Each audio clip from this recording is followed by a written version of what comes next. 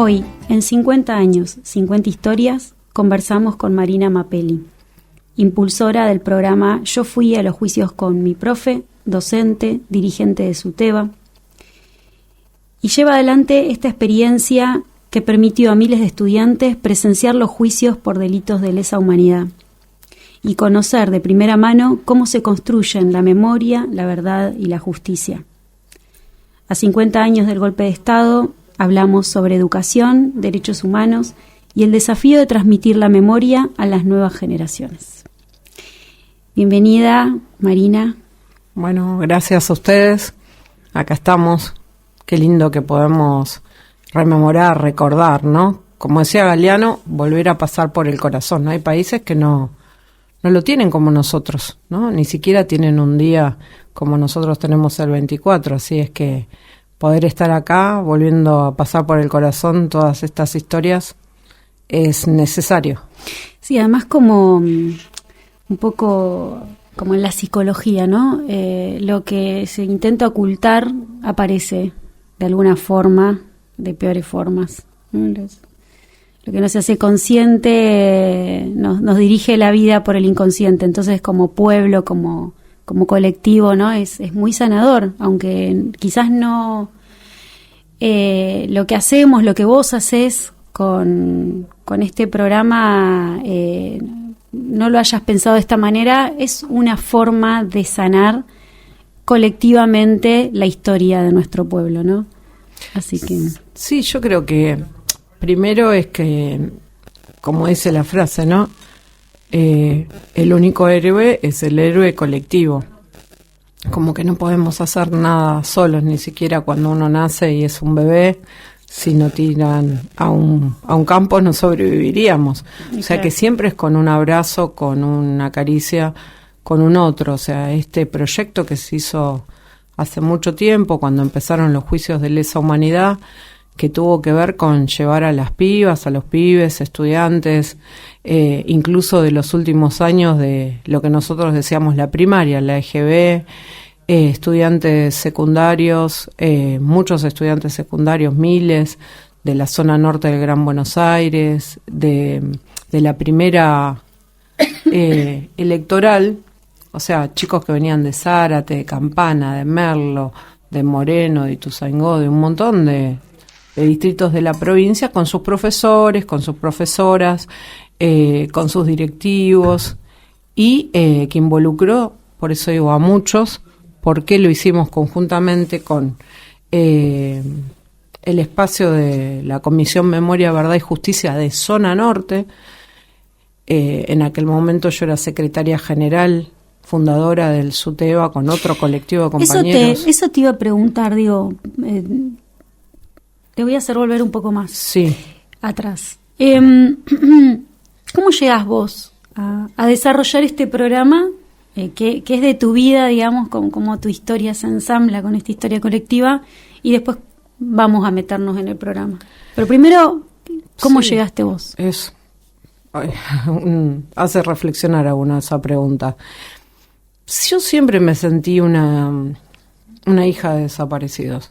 Quiero decir que esa realidad de que los desaparecidos son de una sociedad, o sea, no son de alguien en particular, de una familia, lo sentí siempre desde adolescente, cuando empecé a entender la historia reciente. Militaba en barrios, en barrios de Moreno, Santa Rosa, Puerta de Hierro, Minguillón, Rififí, en una parroquia, y allí había un cura, que en realidad no era cura en aquel momento, era un diácono. ¿De qué época estamos hablando? Y estamos hablando de los 80, ¿no? un poquito, sí, los 80. Y no... Yo nací en el 70 y en la escuela, antes de terminar la primaria, empecé a entender la realidad social, ¿no? Porque en mi casa no se hablaba, pero sí mis abuelos con los que me crié tenían una concepción muy clara de la justicia social y muy clara de la clase trabajadora a la que pertenecían. ¿Y vos sabías lo que había pasado ya en la dictadura? No sabía, lo aprendí fundamentalmente en la militancia, lo aprendí en la escuela, rápidamente empecé a militar. Después milité en espacios de la zona norte, en Pacheco, en Talar, antes de cumplir los 20 años, Arroyo Cordero, Rincón de Milver. ¿Y no, tu familia, por ejemplo, no tenía miedo de que vos desarrollaras estas tareas viniendo, jamás. ¿no? De la... Nunca No, mi abuelo era... había en algún momento refugiado en La Pampa, son oriundos de La Pampa, a Mate Cocido, que es un bandido rural. Si escuchamos la canción de León Gieco, cuenta que lo perseguía el comisario del pueblo porque se había enamorado de la mujer del comisario y la mujer de él. Y no, la verdad que no, miedo no. Al contrario, mis abuelos siempre fueron de peronistas, de creer en la militancia, que para transformar había que militar, y como decía también mi viejo, no le tengas miedo al miedo, que más miedo le da a él. No, la verdad que no, pero bueno, ahí sí empecé a sentir la necesidad de que algunas cosas, después como docente siempre me gustó ser maestra, incluso trabajé derechos humanos en el nivel inicial, entonces, bueno, lo fui desarrollando de a poco. Después de la zona norte, de estar en Tigre, San Fernando, trabajando en escuelas, jardín, primaria, secundaria, terminé en Vicente López, y en Vicente López conocí la historia de un joven de 14 años, el negrito Florial Avellaneda, que lo asesinaron por empalamiento y fue encontrado en las costas del Río de la Plata, que era un estudiante, primero era un militante, ¿no?, de la Federación Juvenil Comunista, y conocí a su mamá, Iris Pereira de Avellaneda, que también ella había sido una presa del PEN en aquel momento, y ella había estado también junto a su hijo torturada. Esto durante la dictadura. Durante la dictadura. Y justo esa escuela yo había laburado en muchas escuelas, casi todas del nivel primario, y la escuela 10 de Munro, frente a la Plaza Alem, allí asistía el negrito Avellaneda en su escuela primaria, ¿no?, en segundo grado. Después estuvo en otra escuela muy importante, la Técnica 4 de Vicente López, ya más en la secundaria. Pero bueno, el negrito era un militante, y bueno, también me acerqué a la historia, porque digo, cómo estando en un lugar nosotros no conocemos las historias de los que nos precedieron. Digo, muchas veces creo que también la sociedad, ¿no?, en términos generales, eso de borrar las historias, de que también la historia, esa construcción egocentrista, la historia empieza cuando uno llega, y quizás que el tren ya viene muchos andenes parando y andando estación por estación.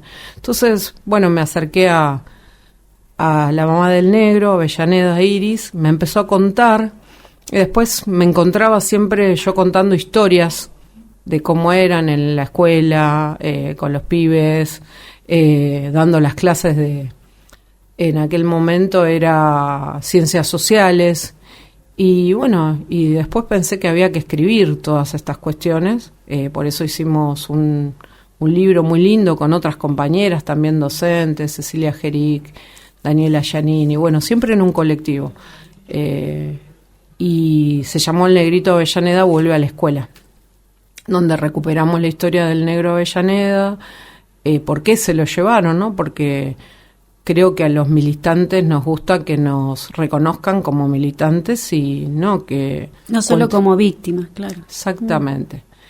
Y bueno, y a partir de ahí comienza la mega causa Campo de Mayo, que empieza con la causa del Negrito Avellaneda y que después es una causa, obviamente, como la palabra lo dice, muy grande, gigante, y nos empezamos a involucrar con los compañeros ya docentes, ya en Vicente López, ya fundando el sindicato en Vicente López, de cómo asistir a los juicios, porque había situaciones terribles, qué sé yo, me acuerdo una compañera de San Fernando, que ya era una mujer, pero que en aquel momento era una nenita de 2 o 3 años, y que le habían puesto los genocidas, los militares, un revólver en la boca, llevándose a su madre y desapareciéndola, y esa docente estuvo muchos años sin hablar. Muchos años. 2 años tenía. 2, 3 años, no tengo precisiones, pero era una nena chica. Entonces, cuando nos cuentan la historia, porque yo asistí a la Comisión Memoria, Verdad y Justicia de Zona Norte, donde había queridísimos compañeros, madres.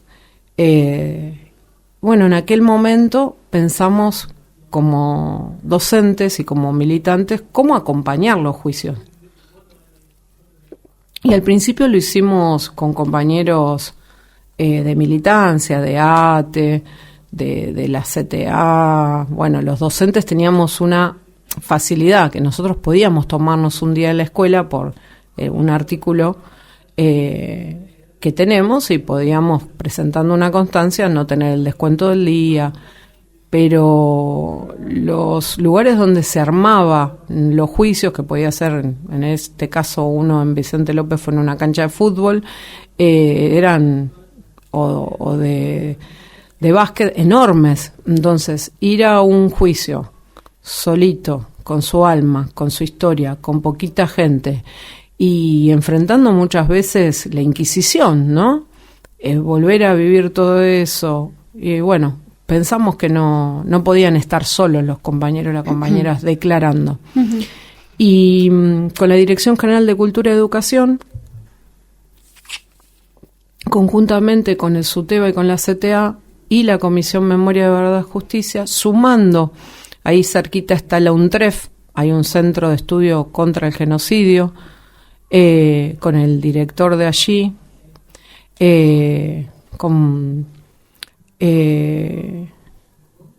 Daniel, también empezamos a armar un proyecto, todos, con muchísimas organizaciones de derechos humanos. Llegamos a ser decenas y decenas de organizaciones que nos sumamos, y empezamos a formar a los docentes, ¿sí? Primero durante un tiempo, hicimos un seminario que duró varios meses, que se hizo en la parte de la municipalidad de San Martín, y después de ese seminario, que asistían todos los docentes, muchísimos docentes, eran aulas gigantes llenas, donde también pasaban por esta experiencia, porque había docentes que incluso eran de derecha, incluso fundamentaban la teoría de los 2 demonios, o sea, ellos también tuvieron que aprender, si bien nosotros lo teníamos en el marco general de educación, en los lineamientos educativos, bueno, la historia reciente que se ve en la escuela secundaria, pero de ahí a tenerlo escrito, ¿no? Y a que eso se haga carne, como dice Bullasque, ¿no? Que una ley toma carnadura cuando se pone en acción, en acciones concretas. Bueno, había una diferencia. Y luego iban los estudiantes. Hicimos una presentación a los jueces, y por primera vez, de manera concreta, los jóvenes empezaron a asistir a los juicios de lesa humanidad. Y ahí llegamos al proyecto, ¿no? ¿Cómo,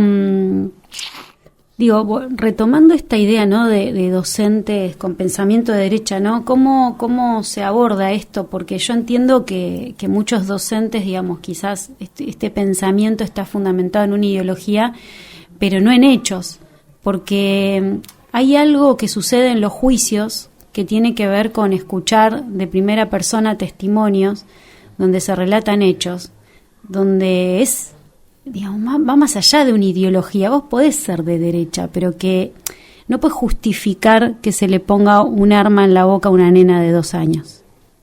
O que se robe un bebé. No digo, es esa comisión de delitos que sale de la teoría de los 2 demonios. Es comisión de delitos perpetrada por el Estado, y hoy estamos hablando de otra cosa, ¿no?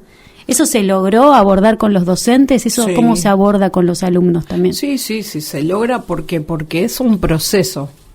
Primero que como todo, como en la vida, ¿no? Las imposiciones no sirven de nada. Hay que ir construyendo y desandando, quizás como una cebolla, todo ese núcleo duro que tiene la persona que la fue creando el mismo sistema. O sea, porque lo que vivió en su casa, ese profesor, lo que escuchó en los medios, cómo se construyó ese imaginario. Y lo mismo pasaba con los estudiantes. Hay estudiantes que nos decían que querían que vayamos a sus casas a comentar todo eso a su familia, ¿no? Porque a partir de los seminarios, a partir de escuchar, a partir de ir a las audiencias, como vos decís, y ver esto en primera persona, querían trasladarlo a sus hogares y a veces le faltaba argumentación. Entonces nos pedían que nosotros fuésemos, o que cuando por ahí a veces llevaba algún estudiante que quedaba mucho más lejos, y yo me quedaba hasta el final, pasá a hablar con mi papá, hablar con mi abuela. Bueno, en algunas oportunidades he pasado a tomar un mate y bueno, y charlar muy tranquilamente, porque obviamente no se puede construir algo cuando el otro ejerce una resistencia, pero cuando la otra persona de a poco empieza a participar, y uno, como todo, sin imposición, porque hay construcciones, ¿no? Por ejemplo, odiar, el odio no resiste fundamentos. Vos odias, ¿y qué fundamento hay? Bueno, justamente desarmar el odio no es algo tan fácil, y a veces es un odio hacia el otro, es la construcción de esa otredad negativa, ¿no? Siempre Adriana Taboada, que es una de las investigadoras de la UNTREF, que desarrollaba uno de estos temas, ¿cómo se construye el otro a quien odiar, el otro a exterminar? Y quizás se construye caracterizando, el bolita, el gordo, estigmatizando, exactamente, ¿no? Creando, se va construyendo. Y el sistema comunicacional, obviamente, que mucho más, con un aparato mucho más fuerte, o sea, fue un pilar fundamental, las propagandas, ¿no? Pablo Yondo siempre nos acompañaba en muchas de estas cátedras, de estas charlas, cómo se construía la propaganda de aquel momento, bueno. Entonces, sí, se puede, hay que tener paciencia constante, diría Tosco, paciencia, perseverancia y decisión, de a poco, y con fundamentos teóricos, técnicos, y después, bueno, la sensibilidad al ir a escuchar lo que escuchábamos en los juicios, obviamente que es la mejor clase, lamentablemente que tengamos que pasar por esto, pero bueno, que ahí se acompañaba, se hacía una, hoy dirían los chicos la previa, pero una previa que tenía que ver con conocer a qué juicio íbamos y qué le había pasado a esa adolescente que le decían Kitty, que tenía 19 años, que tenía un montón de hermanitas y que ella estaba militando, y ese día fue a la Plaza de Martínez con lo que era la ganchera, que era un alambre que se colgaba, donde adentro tenía como todos los volantes, y a militar por el 1 de mayo, por el Día del Trabajador. O sea, contarles qué había pasado en aquel momento, y que apareció Macedras, que es un genocida, que estaba en la zona de la ex-EXMA, y le tiró directamente al pecho. Entonces, cuando uno de los gendarmes que estaba ahí la fue a abrazar a Kitty, una nena, 19 años, estaba con Gustavo, su compañero de militancia, inmediatamente falleció. Y él decía, no llamen a nadie porque sé cómo le tiré. O sea, le tiró al corazón. Entonces, bueno, contar estas cosas a los chicos de cómo a partir de las charlas que se le daban a los mismos gendarmes dentro de la EXMA, que fuera de esos pilares y de esas rejas, el otro era un otro a exterminar, ese era un blanco peligroso. contar que ese juicio, por ejemplo, se pudo sustentar muy importante porque ese gendarme creció, se hizo un hombre, vivía en otro país, no recuerdo bien si era España, y luego de las acciones de Garzón y de que empiezan todos los juicios de lesa humanidad, él narra la historia de esa joven y sale de testigo. Uh-huh. Y es más, se hizo como una videoconferencia, digamos, con el juicio, y declara, y en esa declaración, por ejemplo, cuenta que él tenía una hija de la misma edad en el momento del juicio que Kitty, y que él no sabía que... Me acuerdo. No sabía que esa chica se llamaba Florencia y a su hija le había puesto Florencia de nombre. Esas cosas, viste, que, sí, que con los chicos conversábamos a la salida, digo, es increíble todo. Y que él haya salido después de tantos años, que guardó el recuerdo de haber abrazado a esa joven, ya prácticamente falleció en sus brazos, porque fue un instante, o sea, como quien mata a un animal, ni siquiera un animal, ¿no? O sea, un disparo certero. Bueno, todo eso fue un trabajo previo. Muy fuerte, ¿no? Sí, porque sí. Me hiciste acordar. Hay tantas cosas. Siempre hay testimonios que te atraviesan el cuerpo, ¿no? Y lo que siempre decimos, ¿no?, con los chicos con los que hacemos este programa, es que no hay un límite, ¿no?, para el testimonio más crudo que podés llegar a escuchar. Y quienes participamos de juicio, escuchamos esas cosas, sabemos que son muy crudas. Vos, que sos una persona adulta, docente, militante, te conmoves. ¿Qué le pasa a los chicos, a los adolescentes que van a esos juicios? Sí. ¿Cómo les impacta? Son mejores que nosotros, sin lugar a dudas. Mira, los juicios, vos sabés, y bueno, quizás alguien no sabe, pero bueno, se hace una cola previa, se presenta la documentación, la secretaria del juzgado visa que la persona que ingrese, porque aparte eran chicos que tenían 18, 19, 17 años, entonces se miraba la documentación, la autorización de los padres, que hicimos un formulario de autorización. O sea, todos chicos de quinto y sexto año. Claro, y en algunos casos han ido chicos del último año de primaria, muy trabajados por la docente, eso es fundamental. Entonces ingresaban a la sala, se arma todo, los jueces, los secretarios y demás, empiezan los testimonios, y hasta que el juez no manifiesta que en ese momento hay un cuarto intermedio, por ejemplo, nadie habla, nadie usa el celular, nadie nada, porque es un lugar donde estamos mirando que se desarrolla esa acción y escuchando.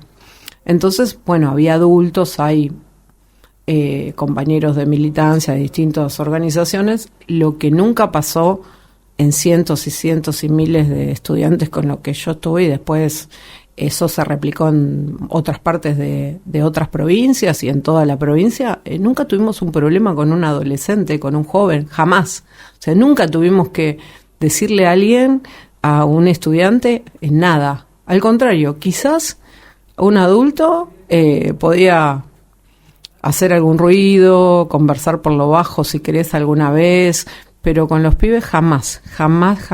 Los chicos siempre nos dan un ejemplo de que entienden perfectamente las cuestiones. Lo que pasa que a veces no se comportan de la manera correcta porque no los convoca, o porque el adulto que le está planteando algo no lo está manifestando con su práctica concreta.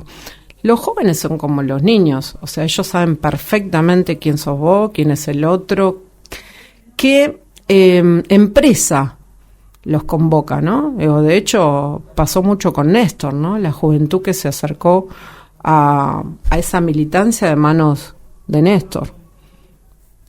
Creo que pasa un poco eso, ¿no? Los jóvenes se comportaban siempre bien, y después de cada uno de los relatos preguntaban muchas cosas. ¿Y qué fue lo que ¿Qué era lo que les impactaba más de toda la experiencia? Y yo creo que lo que les impacta, pero que en un punto también a veces a su manera les toca, porque por ejemplo me tocó ir a una muestra que se hizo a fin de año en el barrio mal llamado Fuerte Apache, que es Ejército de los Andes en San Martín, y ellos contaban, los que habían participado, a otros estudiantes qué se había visto, que era un genocidio. Bueno, hicieron toda una muestra en forma escrita de lo que habían vivido en los juicios. Y lo que impacta es la crueldad. La crueldad, pero la crueldad que, como uno de los estudiantes me dijo, que también viven ellos. Porque cuando salen, van a estudiar, la policía los arrincona, les saca la ropa, les tira todas las carpetas en el piso. ¿Por qué? ¿Por ser portador de cara? ¿Por ser negro? ¿Por ser pobre? Bueno, igual la policía no distingue, no distingue absolutamente nada, pero en los lugares más humildes es peor. Es peor porque tampoco tienen defensa los sin nadie. ¿Quién va? Nosotros acá, ahora estamos en La Plata, tenemos acceso a organizaciones, a ir a una comisión provincial, tenés un abogado cerca, pero cuando estás en el kilómetro 28 de La Matanza, como estaba mi sobrino Lucas Verón, y salís a comprar una Coca-Cola y la policía piensa o estaban drogados y pensaron que era uno de los soldaditos, como se les llama a los chicos que se los usa para repartir la droga, en connivencia con la policía y en connivencia con otras partes de la justicia, y le disparan en el pecho y también muere instantáneamente. O sea, un sobrino tuyo. Lucas Verón se hizo el juicio. Sí, lo conozco el caso. En La Matanza estuvieron presentes aproximadamente 1.500 estudiantes con sus profesores. El juicio duró un día entero, 24 horas. Bueno, parte de ese primer juicio fueron condenados los actores, que es una pareja de policías, y después se siguió por la cadena de mandos, y ahora se está tramitando el tema del fiscal, que fue un incumbridor, Juan Pablo Tartagian, que no es alias Monedita, que no es la primera vez que lastimaban, que abusaban, que golpeaban, que intimidaban, que asesinaban jóvenes. Permanentemente se asesinan jóvenes. Lo que pasa que no es Bloomberg, no es el hijo de Bloomberg. Qué fuerte, ¿no? Porque estamos hablando de que estos jóvenes, ¿no?, que participan de estos juicios, escuchando estos testimonios de la época más oscura reciente de nuestro país, muchas veces viven situaciones también de abuso de autoridad, de crueldad en la actualidad, ¿no? Como este link lo hacen ellos, lo reflexionan en el aula. Y porque lo viven, lo viven. No te voy a decir que esto es así tan fácil y tan por propiedad distributiva, ¿no? 2 más 2 es 4, no. Hay que hacer un trabajo, ¿no? Nosotros como docentes, también como seres humanos y como militantes, hay que hacer un trabajo, hay que hacer un acercamiento, hay que estar cercanos para que un estudiante pueda poder participar. Hace poquito estuve en la Universidad de Lanús y bueno, también dando una charla sobre los juicios de lesa humanidad. Y si vos no conoces a los chicos, yo no los conozco, ellos no me conocen a mí, no conocen a las personas que están hablando. Entonces hay que darse un tiempo de preguntarles cómo se llaman, de por qué vinieron, de qué ideas tenían, lo que vos estás haciendo conmigo. Y después ellos de a poco se van a ir soltando, si es que quieren. Imagínate que en el aula vos tenés muchas más posibilidades porque los ves más asiduamente, porque si es un profe va un par de veces por semana, si es una maestra está todos los días, y bueno, ese es el trabajo importante, qué sé yo. Alguno será docente porque le gusten los nenes, y otro será docente porque, como yo, cree que puede transformar la realidad a partir de construir un pensamiento crítico, de trabajar con ellos y enseñarles todo lo que uno pueda dar. El mejor docente necesitan los estudiantes que menos tienen. El que no falte, el que les lleve ideas innovadoras, el que les muestre diversidad, el que les enseñe a pensar, que a otra razonar. realidad es posible, ¿no? Sí, y siempre por la positiva, como yo le digo a mi hijo, ¿no? Mi hijo juega al fútbol mucho, entonces yo le digo siempre por la positiva, siempre hay que ver el vaso medio lleno y darle para adelante. Él es arquero, entonces yo digo, bueno, te meten un gol, pero bueno, hay que levantarse y seguir, como diría Linera, ¿no? La capacidad está en las veces que tengo la fortaleza, no de caerme, no importa si me caigo, lo importante es levantarse. Entonces, yo creo que lo bueno que tuvo el proyecto tuvo que ver con eso. El proyecto, estamos hablando de, yo fui a los juicios con mi profe, nació entonces acá en provincia de Buenos Aires. Decime desde qué años hasta qué años funcionó y a cuántos pibes y pibas llegó.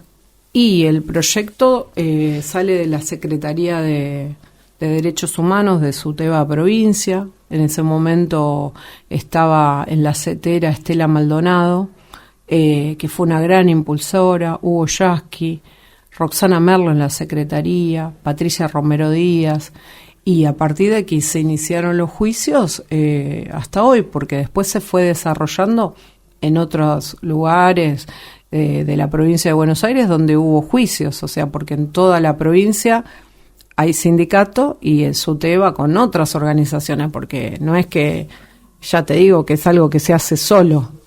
Y después a otras provincias inclusive, ¿no? Cuando se iniciaban los juicios, como la CETERA tiene representación a nivel nacional, y se siguen haciendo hasta hoy en todos los lugares.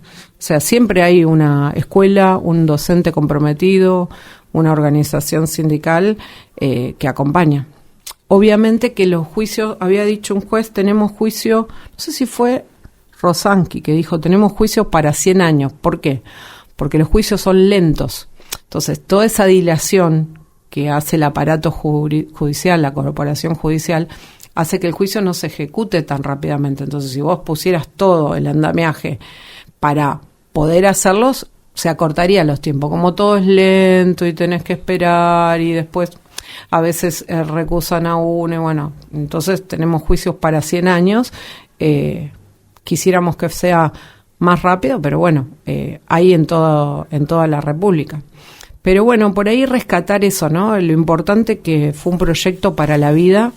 Y creo que los pibes, de hecho hicimos un libro, yo fui a los juicios con mi profe, donde relatamos muchas de las cuestiones que pasaron ahí, porque si no había que contarlo, entonces lo armamos con los pibes, y en un momento nos juntábamos en un bar y un profesor, Jorge Pérez, con el que también construimos este libro, Leticia Walter, que fue nuestra correctora, también una docente ahora ya jubilada, decían, bueno, vamos a hacerlo en color como se estila, rojo y negro.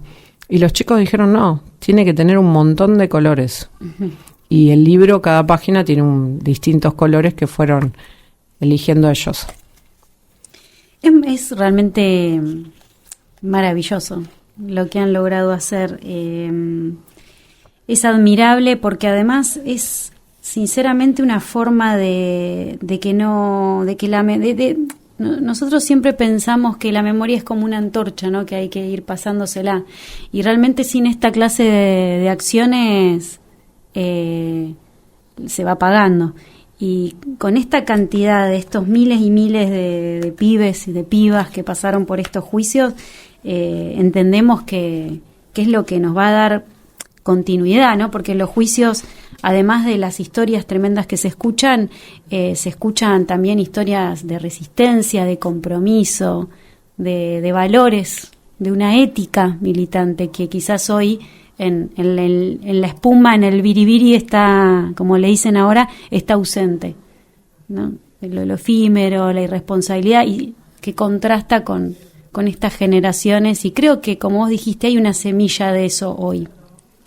No es verdad que la juventud está perdida, no. Que hay mucha riqueza ahí, ¿no? Hay muchas ganas de estas nuevas generaciones también de hacer algo distinto a lo que se heredó, a este mundo desigual. Tienen un desafío muy grande también. Sí, no sé si tenemos unos minutos para leer una crónica cortita de ahí. Dale.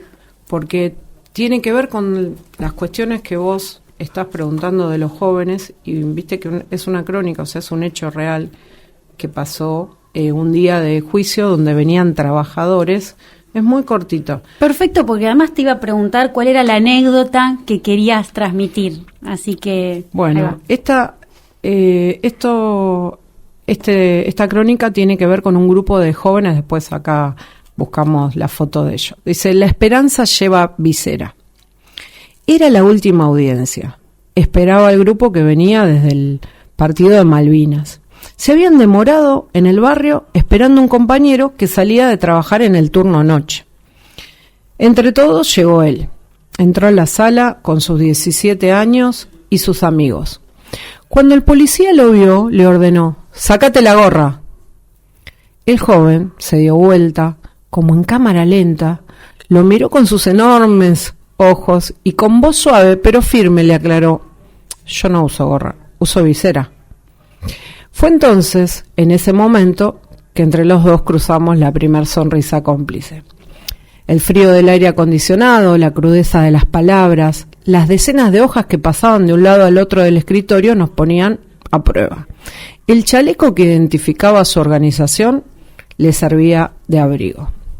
Algunas de las personas salían a fumar o a tomar algo, o simplemente escapar un instante de la densidad de lo que allí adentro estaba ocurriendo. Sin embargo, él no se movía. Cuando el juez dispuso el cuarto intermedio, salió un rato a compartir mates y charlas de fútbol con sus amigos. Ya al regresar a la sala, todo estaba muy quieto, respetuosamente silencioso, y solo se escuchaba la voz del abogado defensor de los genocidas. En ese momento, el cartel que estaba apoyado en el asiento de adelante comenzó a deslizarse. Tenía la imagen de un compañero desaparecido.